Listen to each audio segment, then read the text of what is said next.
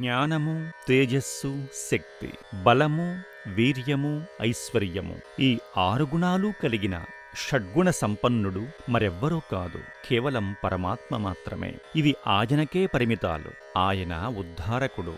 ఉద్ధారకః అంటే పైకి తీసుకువచ్చి అక్కున చేర్చుకునేటువంటి అనుభూతిని కలిగించేటువంటి వాడు. సంసారమనే సముద్రంలో మునిగిపోయే దీనులైన భక్తజనులకు దరికి చేర్చి భక్తి జ్ఞాన వైరాగ్యములను ప్రసరింపచేసేటువంటి వాడు. కాలము చేతగాని, దేశము చేతగాని, వస్తువు చేతగాని, ప్రకృతి చేతగాని దేనిచేత నశింపు కానివాడు ఆ జగజ్జేత.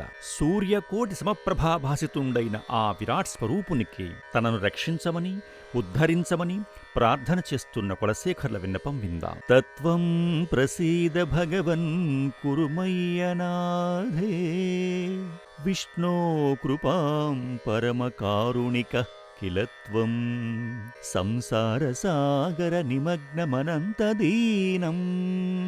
ఉద్ధర్తుమర్హసి హరే పురుషోత్తమోసి. హే భగవాన్ శ్రీహరి, అనాథనగు నాయందు దయచూపి నన్ను అనుగ్రహింపుము. పరమదయార్ద్ర హృదయుడవు నీవే కదా. హే అనంత, ఈ సంసార సాగరంలో మునిగిపోయే ఈ దీనుని ఉద్ధరింపుము.